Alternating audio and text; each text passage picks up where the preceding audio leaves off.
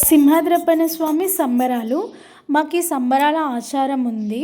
So, మేము every 2 ఇయర్స్‌కి మా ఫ్యామిలీస్ అన్నీ కలిసి చేసుకుంటాం. అలాగే మా ఊర్లో కూడా ఒక 4, 5 ఫ్యామిలీస్ చేసుకుంటాయి సంబరాలు.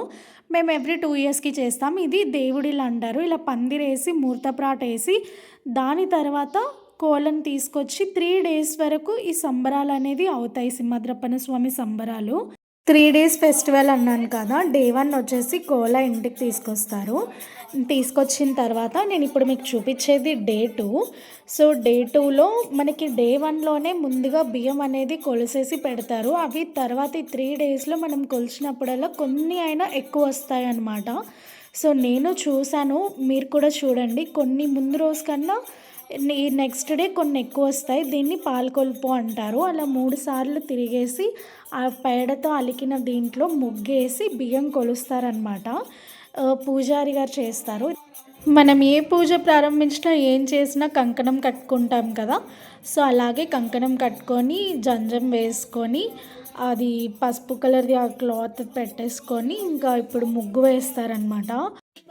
ఇప్పుడు ముగ్గేస్తారా? ముగ్గు కూడా చాలా డిఫరెంట్‌గా ఉంటుంది. మేబీ దాని బ్యాక్‌కి కూడా ఏదైనా ఉండొచ్చు. అంటే ఇలా వెయ్యాలి అని ఏదైనా ఆచారం ఉందేమో.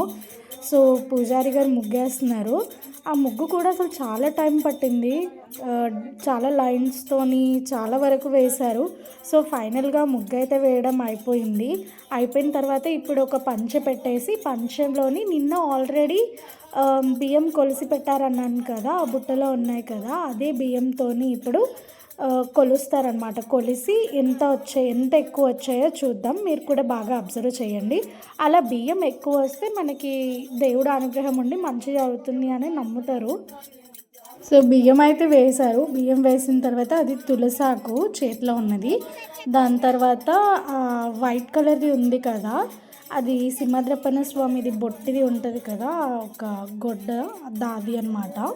అండ్ నెక్స్ట్ వచ్చేసి 3 టైమ్స్ ఇట్లా మిల్క్ వేస్తారు. 3 ప్లేసెస్‌లో అలా మిల్క్ వేస్తారు. మిల్క్ వేసి బాగా ఇది చేసిన తర్వాత ఇప్పుడు ఆ బుట్ట పక్కన చిన్న చెంబు కనిపిస్తుంది మీకు, చూసారా? అదిగో ఆ చెంబుతోని ఇప్పుడు మనకి బియ్యం కొలుస్తారనమాట.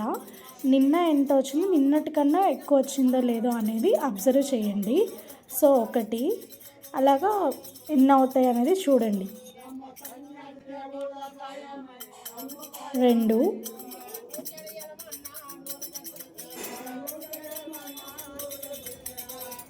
3,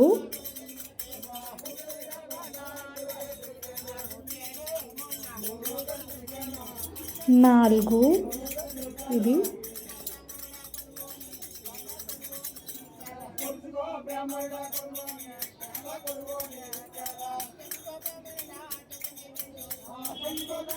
'కొన్ని బియ్యం చేతిలో పెట్టుకున్నారు. చేతిలో పెట్టుకొని ఇప్పుడు 5థ్‌ది కొలుస్తున్నారనమాట.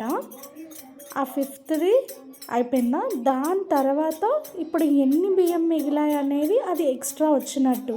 నేను ఆల్రెడీ కనుక్కున్నా. నిన్న చేసిన దానికన్నా కొన్ని ఎక్స్ట్రా వచ్చాయంట. అది దేవుడి యొక్క మహిమ అనే చెప్పాలి. సో, దాన్ని ఇప్పుడు కొన్ని 3 భాగాలుగా చేస్తారు. చూడండి.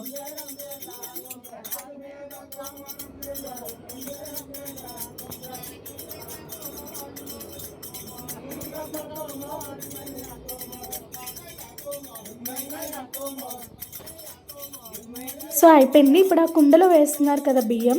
అది ఏంటంటే ఇప్పుడు ఇంకొక ఆవిడ ఉంటారు. ఆవిడకి ఇస్తారనమాట ఆ బియ్యము. అలాగే కొన్ని కూరగాయలు వేసేసి ఇస్తారు.